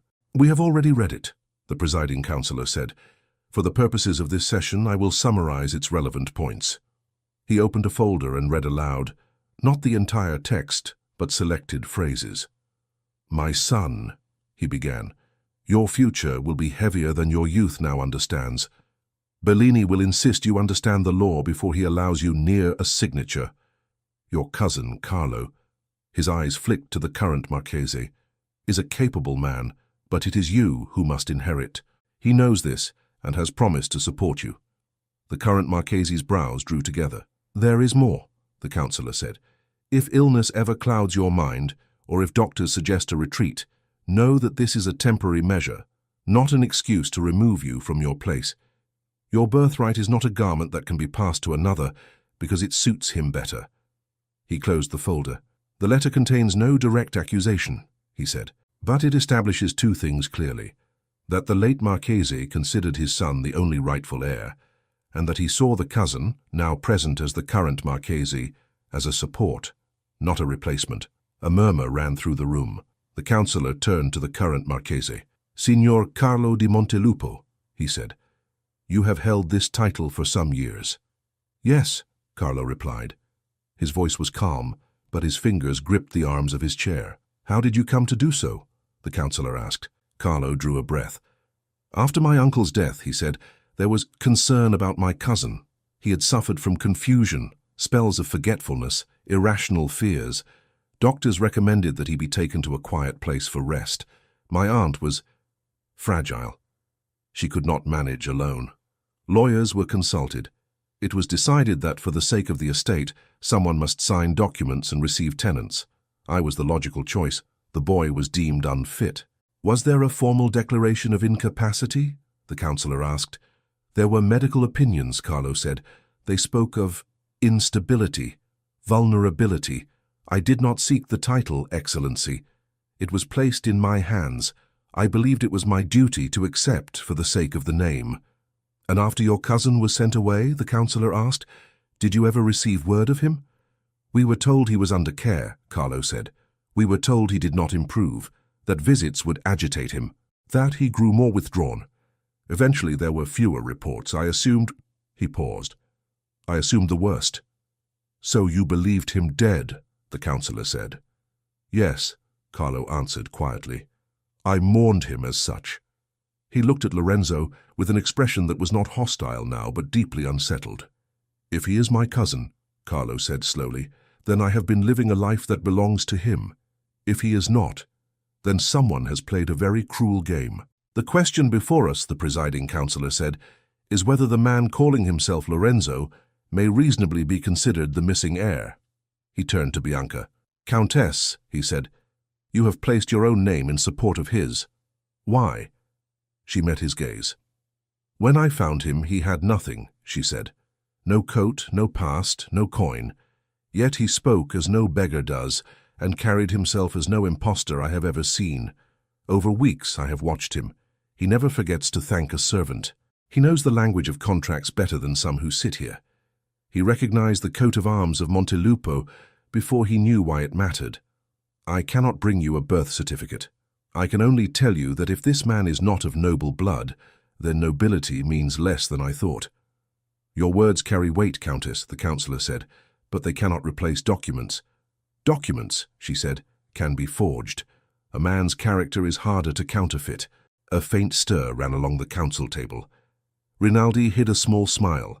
The presiding councillor conferred quietly with his colleagues, then nodded. "We have heard enough to deliberate," he said. "You will withdraw to the antechamber while we consider. When we have reached a decision, you will be called." They rose. Lorenzo's leg wobbled slightly. Bianca touched his arm for balance. He looked at her and managed a brief, grateful nod. In the antechamber, the silence was heavier than any argument. Rinaldi stood near the window, looking out at the crowded street. Lorenzo paced once, twice, then stopped and pressed his forehead to the cool wall. "If they say no," he said, "at least we will know we tried." "If they say yes," Bianca replied, "everything changes." "For you as well," he said. "Yes," she admitted. "Do you regret it?" he asked quietly, "standing beside me in there?" She thought of the council's faces, of the Marchese's eyes, of Bellini's trembling hands. "No," she said. "I am only tired." Before he could answer, the door opened. A clerk appeared. "The council is ready," he said. They returned to the chamber. Everyone resumed their seats. The presiding councillor looked at them all in turn. "After hearing testimony," he said, "and reviewing documents, we have reached a conclusion." Bianca felt her heart hammering in her chest. She forced herself to breathe evenly. "The evidence is incomplete," the councillor went on. "There is no direct written statement naming this man as the heir. Yet the combination of factors, the tutor's recognition of manner and memory, the contents of the late Marchese's letter, the medical opinion's vague nature, and the absence of any formal declaration of permanent incapacity lead us to believe that a grave error has occurred. He turned to Lorenzo. "We do not consider you an impostor, Signor Lorenzo," he said. "We consider it highly probable that you are in fact the son of the late Marchese and the heir originally intended to bear the title." Lorenzo closed his eyes briefly. "And I?" Carlo asked quietly. "What, in your view, have I been?" "A steward who became accustomed to being master," the councillor replied, perhaps with too little questioning. "But we are not here to judge your soul, only to arrange your roles." He cleared his throat. "It is the decision of this council," he said, "that the title Marchese di Montelupo be formally restored to the person of Lorenzo, upon confirmation of certain identifying details that can be obtained from the estate records and from remaining staff. The properties currently held under that title shall be divided. A substantial portion, including the ancestral seat, shall revert to him. Another portion shall remain under the control of Carlo di Montelupo, who shall bear a secondary title to be confirmed by the appropriate office. In this way, public scandal will be minimized, and the name of Montelupo will remain honored." Carlo's shoulders sagged, but he did not protest. "And the matter of his previous absence?" a councillor asked. "It will be recorded as a medical separation now ended," the presiding councillor said. "No accusations will be entered into the formal record. In private, we will advise all parties to show discretion. Too much noise harms everyone." He looked at Bianca. "As for you, Countess," he said, "your decision to support this claim has been vindicated. Though your actions were unconventional, they have contributed to the correction of an injustice. We advise you, however, to consider carefully how you proceed regarding your engagement." Bianca inclined her head. "I understand." The session concluded. People rose, talking quietly. The current Marchese approached Lorenzo and Bianca. Face to face, the resemblance was faint but real, something in the line of the jaw, in the set of the eyes. "I never wished you harm," Carlo said to Lorenzo. "If you are my cousin, then I have sat in your chair for years without knowing it. I cannot pretend that stepping aside will be easy, but neither can I cling to what was never truly mine." "I do not wish to throw you into the road," Lorenzo replied. "You have managed the estate. You have carried the name. I ask only what was always intended." "Then we will have to learn to share what can be shared," Carlo said. "You will find that inherited duties weigh more than they shine." He turned to Bianca. "Countess," he said, "it seems you have more courage than the rest of us combined. I hope society repays you with some measure of the respect you deserve." "I expect nothing from society," she replied. "It tends to pay late and poorly." He gave a brief, almost rueful smile and moved away. Later, in Rinaldi's office, the lawyer poured them each a small glass of wine. "To a victory," he said. Lorenzo looked at the glass as if it were an unfamiliar object. "I suppose that is what this is," he said. "I have a name again." "More than a name," Rinaldi said. "A title. Lands. Income. You will not have to wander any more, my friend." "No," Lorenzo agreed softly. "I will not wander." Bianca held her own glass without drinking. "Then it is done," she said. "For the most part," Rinaldi replied. "There will be papers to sign, inventories to adjust, introductions to make. But yes, the main knot has been cut." He glanced between them. "There remains, however, the question of your engagement," he added delicately. "It has been noted in the petition, it will be assumed." Bianca set down her glass. "Assumed?" "That you intend to proceed," Rinaldi said. "It is not every day that a nobleman regains his title and is already engaged to a respectable widow. Many would call it a fortunate arrangement." "For whom?" Lorenzo asked quietly. "For both of you," Rinaldi said. "On paper, at least." When they were finally alone, walking back toward the modest lodging they had taken in the city, Bianca and Lorenzo moved in silence. Milan bustled around them. Carriages rolled by, ladies crossed the street with parasols, boys shouted advertisements for pamphlets. The noise felt far away. "You are quiet," Bianca said at last. "So are you," he replied. "You have what you came for," she went on. "A name, a place, a house that is yours." He nodded. "And you?" he asked. "What do you have?" She smiled faintly. "A story people will think twice before mocking. That is already something." They turned into a quieter street. "Bianca," he said. The sound of her name in his voice made her breath catch. "Yes," she asked. "You heard what Rinaldi said," he began. "People will assume we are to be married." "They already assumed much worse," she replied. "True," he said, "but assumptions become expectations. Expectations become obligations. And obligations are something you now have in abundance," she finished for him. He stopped walking. She halted beside him. "I do not want you to become another obligation for me," he said. "Nor do I wish to become one for you. I asked you to stand beside me because I had no other way to be heard. You did more than I had any right to ask. Now that I have been restored, you must be free." "Free?" she echoed. "From what?" "From a promise made under extraordinary circumstances," he said. "You did not accept my engagement because you dreamed of being Marchesa. You accepted it to give me a chance. That chance has borne fruit. You should not be bound further by it." She looked at him steadily. "And you?" she asked. "What do you wish to be bound by?" He hesitated. "Duty for a time," he said. "There will be so much to repair, tenants to reassure, staff to reorganize, accounts to review. I will be watched closely. Every move will be judged. If I keep our engagement, people will say I clung to the woman who gave me legitimacy, that I rewarded her by taking her wealth along with my own. If I release you, they will say you were wise enough to step back. I would rather bear the shadow myself." "You assume much about what people will say," she replied. "I have seen how they talk," he said. "You have too. Let me at least try to protect you from the next wave." "You think releasing me would protect me," she said quietly. "Eventually," he answered, "the scandal will fade. They will remember only that you were the one who brought the truth to light. That is a nobler story than the one where they sneer that you snared a Marchese from your own doorstep." She winced. "You see," he said gently, "it is already an uncomfortable tale. I do not like the way they will tell it." "And what of what we want?" she asked, almost in a whisper. He closed his eyes briefly. "What I want," he said, "is to take you back to that house by the lake and never leave it again. To read you all the books I pretended not to be interested in. To sit in your garden until we are both old and grey, and the servants roll their eyes at how often we repeat the same stories." She laughed once helplessly. "Then why do you speak of duty?" she asked. "Because wanting is one thing," he said. "Destroying your peace for the sake of it is another. I carry enough guilt for one lifetime. I will not add to it by dragging you into years of scrutiny, calculations, and political marriages I refuse to make." "Political marriages," she repeated. "You expect to be pressured into one." "Of course," he said. "A restored title is a prize. Families will flock. They will say, 'Forget the widow who sheltered you. Here is a fresh girl with powerful uncles.'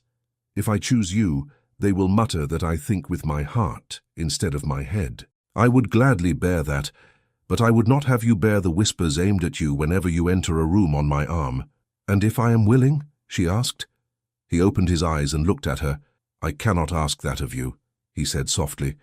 "Not after you have already given me so much. I would rather step away now while the choice can still appear generous from both our sides." "Appear," she repeated. "We would pretend we end our engagement by mutual agreement because the circumstances have changed." "Yes," he said. "We will say we remain friends. It will be true." She stared at the cobblestones. "And afterward," she asked, "will we see one another?"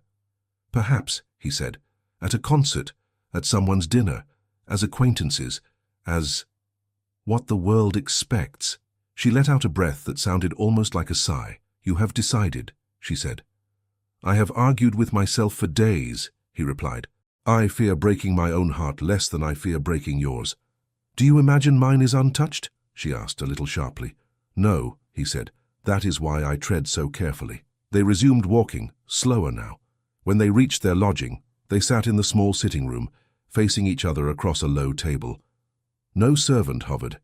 They had sent Marta back to the lake ahead of them with instructions for the house. Bianca folded her hands.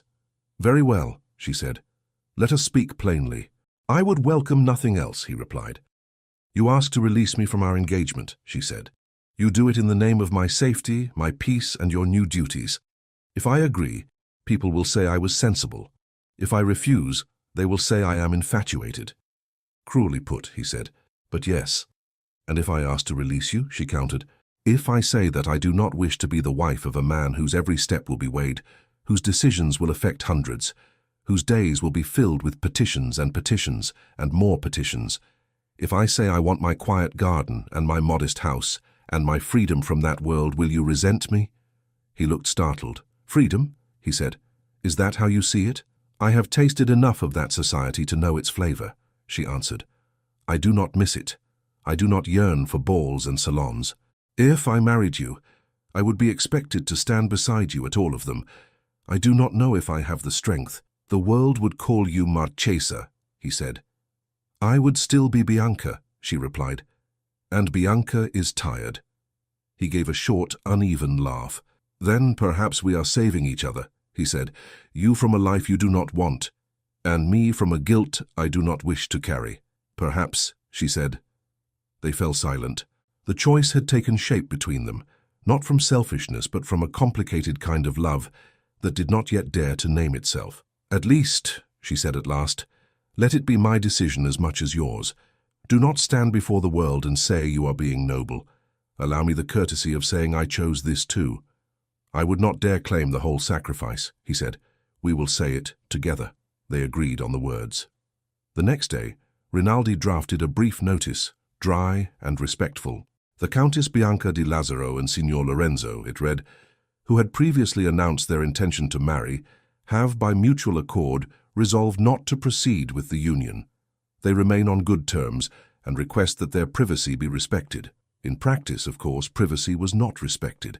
There were murmurs, guesses, theories. Some said she had wisely withdrawn once his title was confirmed. Others, kinder, said both had realized that their paths were too different. No one but the two of them knew how much it cost to sign that notice. Within a fortnight, arrangements were made. Lorenzo returned to the Montelupo estate to begin a new life as its rightful master.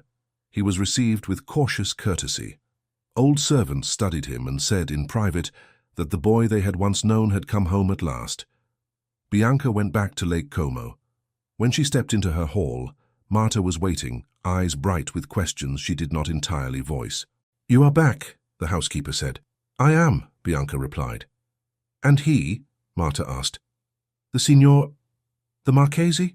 He is where he belongs, Bianca said. In his house, with his people. And you? Marta asked softly. Where do you belong, Countess? Bianca looked around at the familiar walls, the staircase, the doors leading to the library, the sitting room, the garden beyond. Here, she said. For now, here. Life settled. The worst of the gossip faded, as Lorenzo had predicted. Some people, like Giulio and the Marchesa, visited with elaborate politeness to congratulate her on her discernment. The priest came with genuine warmth, thanking her for having insisted on seeing the stranger as more than a burden. Letters arrived from Milan, sometimes bearing the Montelupo seal. Lorenzo wrote rarely and briefly, careful not to give the gossips more fuel than necessary. His words were measured, practical, grateful. He told her of repairs made to the East Wing, of new terms offered to tenants, of books recovered from locked cabinets. He did not speak of his heart. Neither did she. At twilight, Bianca often walked alone by the edge of the lake. The house stood behind her, steady and quiet as before. The wind on the water carried distant voices from the village, faint and indistinct. To anyone watching from afar, her life would have looked settled. The scandal had passed. The truth had been established. The engagement had been dissolved. Everything, people said, had turned out as it should. Only Bianca, looking at the water, and Lorenzo, standing at the window of his restored estate, knew how much of their own longing had been set aside for that calm. Spring returned to the lake as if nothing in the world had changed. The trees unfolded their young leaves. The village put away its heavy coats. Children shouted by the water's edge again, chasing one another with sticks. The bells rang as they always had. Bianca's days resumed their old rhythm, at least on the surface. Breakfast at the small table, letters in the morning, walk in the garden, a little music in the evening when she had the patience to sit at the piano. Yet beneath that steady surface, there was a new kind of quiet. Before Lorenzo, her solitude had been like a heavy cloak she had learned to wear. After him, it felt more like a garment she had outgrown and was now forced back into. She did her best not to admit that to herself. One afternoon, as she sorted through invitations and notices on her desk, she found a letter with an unfamiliar seal. She broke it and read, "Dear Countess Bianca, it has been too long since we had the pleasure of your company in our house. Next month, we intend to host a small musical evening at our villa overlooking the lake. It would honor us greatly if you would attend. A few old friends from Milan have agreed to join us. Perhaps you will find some familiar faces. With sincere affection, Signora Elena Bianchi." Bianca smiled despite herself. Elena Bianchi was one of the few who had not turned away when gossip had been at its loudest. She had written once months ago, only to inquire after Bianca's health, saying nothing of scandal or of Marchesi. "A musical evening," Bianca murmured. She folded the letter and set it aside. Marta entered a moment later, carrying a pile of freshly laundered linen. "You have that look," the housekeeper said. "A letter? An invitation," Bianca replied. "Elena Bianchi, at the villa." "Oh," Marta said, brightening. "You used to enjoy those evenings. Before the village acquired a new tongue," Bianca finished. "Yes. Will you go?" Marta asked. Bianca hesitated. "What do you think they will say if I do?" she asked. "They will say what they always say," Marta replied briskly. "What matters is what you say to yourself when you look in the mirror in the morning." Bianca laughed softly. "You grow bolder with the years." "You forced me to," Marta retorted. "Will you go?" Bianca looked out the window at the lake, at the soft line where water met sky. "I think I will," she said. "Good," Marta replied. "Your nice black silk could use an evening out." It was only later, reading the letter again, that Bianca noticed the postscript, written in a smaller hand. "P.S. I have reason to believe that an old acquaintance of yours will attend as well. I hope this will not deter you." Her heart stumbled, her fingers tightened on the paper. "Of course," she whispered. Elena would invite him. She slept badly for the next week.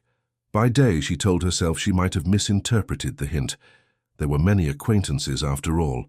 By night, she saw Lorenzo's face in every dream that was honest. When the evening finally arrived, the sky was clear. The lake caught the last pale light of the sun as Carlo drove the carriage along the familiar road toward the Bianchi villa. In the carriage, Bianca's hands lay folded in her lap.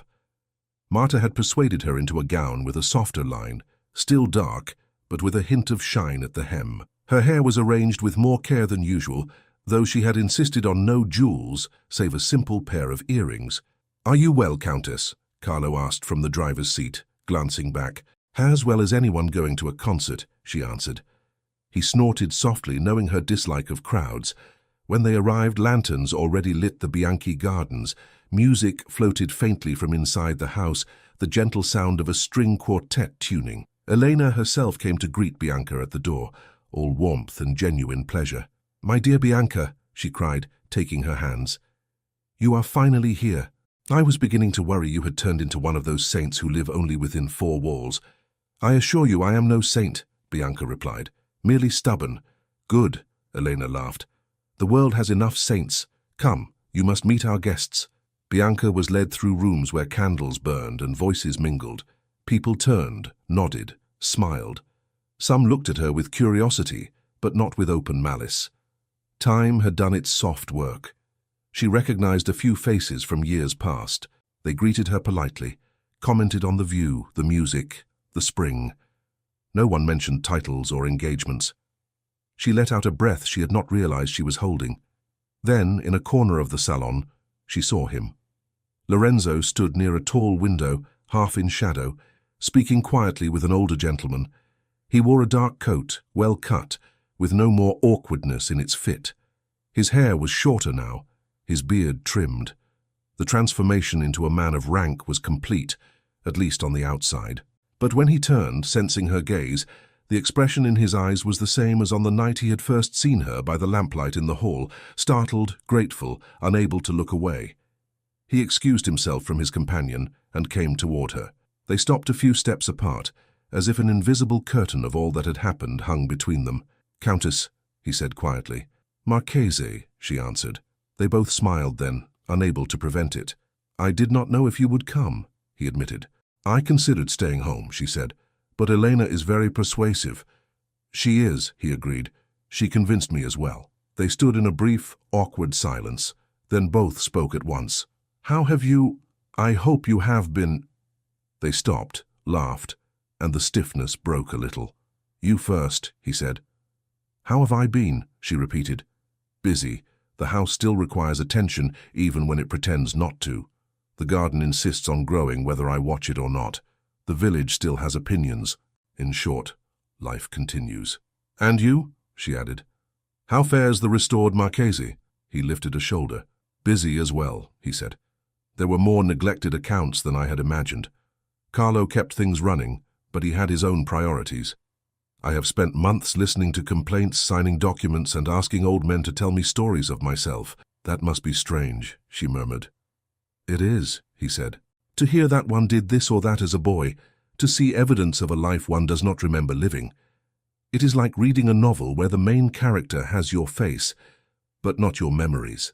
Do you remember more now? She asked. Some, he said. The fog has thinned in places. A game played in a courtyard. A winter evening by a fire. My father's cough. Nothing that changes the outcome. Only small lights in the dark. And are you... She hesitated. Content? He considered the word. I am not unhappy, he said. I am grateful to be where I am meant to be. I care for the people who depend on me. I find satisfaction in setting things in order. But content?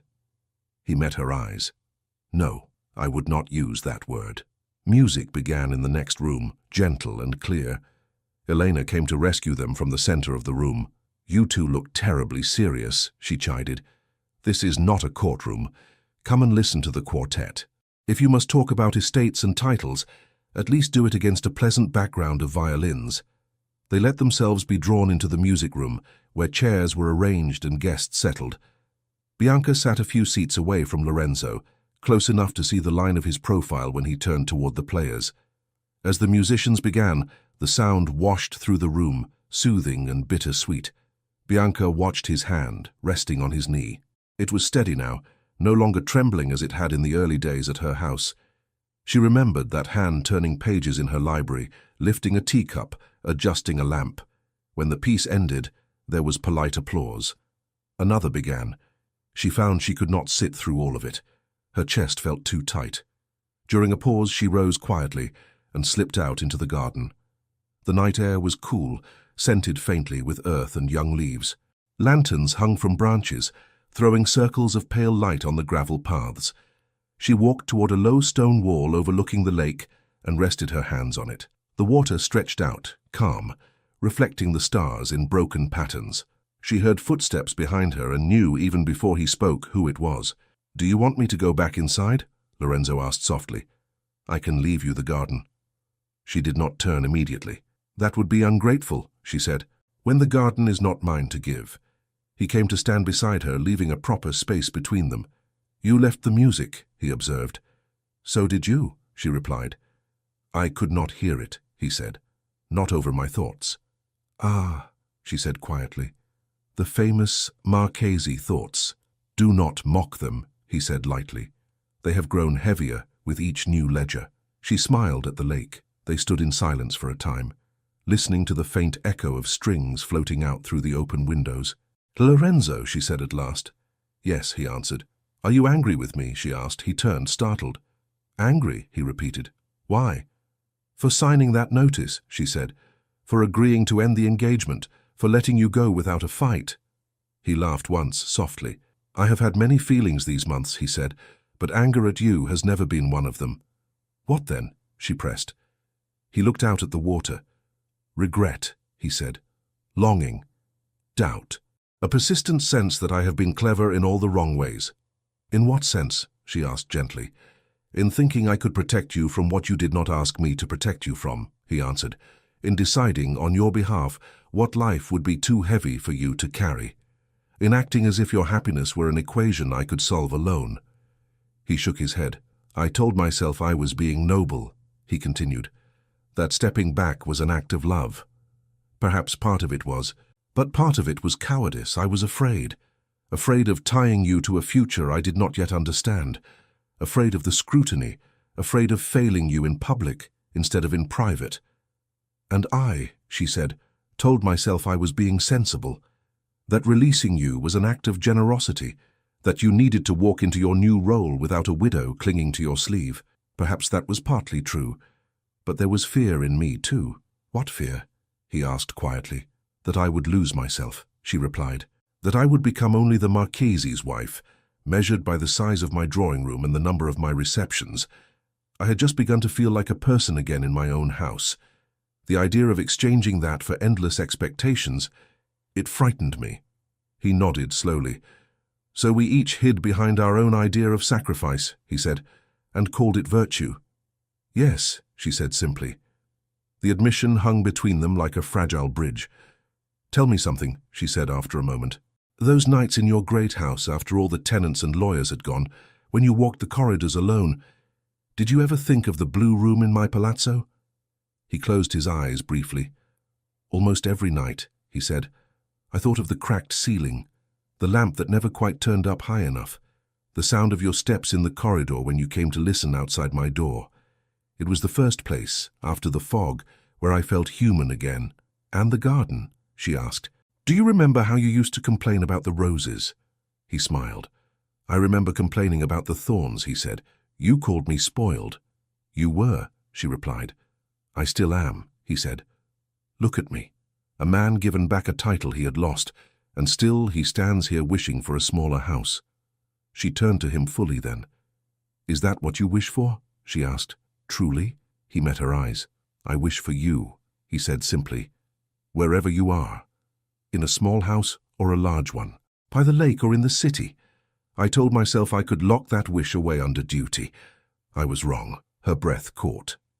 For a moment she could not speak. You said once, she murmured, that what you wanted was to sit in my garden until we were both old and grey, telling the same stories. I remember, he said. I have told no new stories worth repeating since then. And yet, she said, you were the one who told me we must be sensible. I was a fool, he said. Since then I have discovered something. What is that? She whispered. That duty without joy turns into bitterness, he said. That a house, however splendid, is cold if one returns each night to empty rooms. That honor and love need not be enemies. If I manage my estate honestly, if I care for my people, if I fulfill my obligations, no counsel in the world can say I have failed merely because I chose to share that life with the woman who saved me. And what will they whisper? She asked, half amused, half afraid. Let them whisper, he answered. They will whisper anyway. At least let them whisper something true. She studied him. Then why are you here? She asked softly. At Elena's villa, in this garden beside me. What do you intend, Lorenzo di Montelupo? His jaw tensed. He drew a breath, as if steadying himself for battle, though no weapon was in sight but his words. I intend, he said, to finally ask you what I should have asked in that hall months ago. Without lawyers, without counsels, without newspapers, only with my heart. Bianca di Lazzaro, will you marry me? Not to help me regain a name, not to silence gossip, not to fulfill anyone's expectations but our own. Will you marry me because I love you, and because without you my life, however correct, is incomplete? Heat flooded her face. Her hands trembled on the low wall. I choose a dramatic setting for your questions, she said, trying to keep her voice steady. There is a lake, a villa, and an audience of stars, he replied. It seemed appropriate. What if I say no? She asked. Then I will return to my house, he said quietly. I will continue to do my duty. I will not trouble you again. I will respect you as I have always tried to do. And I will go to my grave knowing that I once asked the right question, even if the answer was not the one I wished. And if I say yes, she whispered. Then, he said, his voice barely audible now, I will count myself the luckiest man in Italy, no matter what anyone else says. Silence fell. Bianca looked at him, at the man who had arrived at her gate with torn boots and a fogged mind, who had eaten soup at her table with the humility of a beggar and the instinctive grace of a gentleman. She saw the Marchese, yes, but beneath that she saw the Lorenzo who had shelved her books, teased her about her roses, and stood in her kitchen door laughing with the maids. Do you remember, she asked slowly, what you said in the council chamber when they questioned my judgment? I said that if you were wrong, then nobility meant less than I thought, he answered. And if I had been wrong, she pressed. I would have been no less grateful, he said. She drew a breath. Then listen to me now, she said. If I say yes, it will not be because you are Marchese. It will be because you are the man who told me stories in the library when my house had forgotten the sound of a man's voice. It will be because you are the only person who ever looked at my solitude and did not assume it was all I wanted. It will be because you have a way of standing in a room that makes it feel less empty. It will be because without you my days are accurate but not alive. He stared at her, hope and disbelief warring on his face. Bianca, he breathed. You released me once, she said. Now I release you from that release. I am not a girl, Lorenzo. I know what I choose. I know what the world will say. Let them. I am choosing you. Tears glinted suddenly in his eyes. He took a step closer, then stopped himself, still leaving a narrow space between them. May I touch your hand? He asked, voice unsteady. She smiled. Now you ask, she said. She extended her hand. He took it gently in both of his, as if it were something fragile and priceless. Then say it, he whispered. Please, say the word I have been afraid to hope for. Yes, she said clearly. Yes, Lorenzo. I will marry you. The breath he let out on that word seemed to carry months of tension away with it. He bowed his head over her hand, not in a grand, courtly gesture, but in something humbler, more intimate. For a moment his forehead rested lightly on her fingers. Thank you, he murmured, for trusting me again, for trusting yourself. The music inside swelled, some joyful allegro that matched the sudden rush in Bianca's chest. What now? She asked softly. Now, he said, lifting his head. We tell Elena she has succeeded in her plan far more thoroughly than she expected. And after Elena, she asked. After Elena, he said. We write to Rinaldi, to the council, to whoever must hear it. But this time our notice will be simple and shameless. The Countess Bianca di Lazzaro and the Marchese Lorenzo di Montelupo are to be married. No explanations, no apologies. And where will we live? She asked, a little breathless, as if she could hardly believe they were discussing such ordinary details. Wherever you wish, he replied. We will keep both houses. Your palazzo by the lake will remain yours in deed and in spirit. We will spend the summers here, when the heat in the city grows unbearable. In winter, we may stay at Montelupo, so I can attend to business, and you can ignore all the parties you do not wish to attend. You promise I may ignore them? She said. I will stand between you and every invitation, he answered. If anyone complains, I will tell them the Marchesa prefers honest conversation and lakeside walks to dances. And if they dare criticize, I will remind them that without you, the Marchese would not be standing where he is. She laughed, the sound bright and free, like a bell. You are too ready with your speeches, she said. I have practiced them alone, he replied. It is a relief to finally speak them aloud. They walked slowly back toward the house, still hand in hand, not caring who saw. A few guests at the windows turned and smiled. Elena, catching sight of them, clapped her hands silently in delight. The weeks that followed were brisk, but not frantic. This time there was no pretense of convenience. The announcement went out in clear language, without mention of mutual releases or changed circumstances. Reactions varied, as expected. Some called it romantic, others called it foolish. A few, more honest, admitted they envied such courage. Giulio wrote a stiff letter expressing surprise, but ending with reluctant blessings. The Marchesa Conti sent a note that managed to be both patronizing and complimentary at once. The priest of the village came in person, tears in his eyes. I will have the joy of blessing the marriage of a woman who once taught me about true charity, he said. God is kind. On a mild morning not long after, in the small church by the lake, Bianca walked down the short aisle without veil or fanfare, dressed in a gown that was simple but new. Lorenzo waited at the altar, not in splendid gold-trimmed velvet, but in a dark suit that fit him perfectly and carried no weight of theatricality. Marta dabbed at her eyes in the front pew. Carlo stood beside the door like a guardian. A few neighbors, a few old friends, Elena Bianchi, even Bellini the tutor, all gathered not to measure but to witness. The ceremony was brief. Will you, Lorenzo, take Bianca? I will, he said, without hesitation. Will you, Bianca, take Lorenzo? I will, she answered, her voice clear. When the priest declared them husband and wife, There was no roar of applause, only a gentle murmur of joy. Lorenzo and Bianca turned to face those gathered, hands clasped. Later, when they stepped out of the church into the sunlight, the lake shone at the edge of their vision, as it had on the night they had first risked scandal in the name of compassion. "Look," Lorenzo murmured, nodding toward the water. "It approves." "Do lakes approve?" she asked. "This one does," he said. "It brought us together twice." They walked down the path toward the carriage, though neither of them seemed eager to climb in. "What now?" she asked quietly. "Now," he said. "We go home." "Which one?" she teased. He smiled. "Today," he replied, "the one with the blue room and the stubborn roses." She squeezed his hand. "And tomorrow?" she asked. "Tomorrow," he said. "Wherever you are, Bianca. That will always be home for me." Thank you so much for listening to this story all the way to the end. We hope it moved you as much as it moved us while telling it. We'd love to hear your thoughts.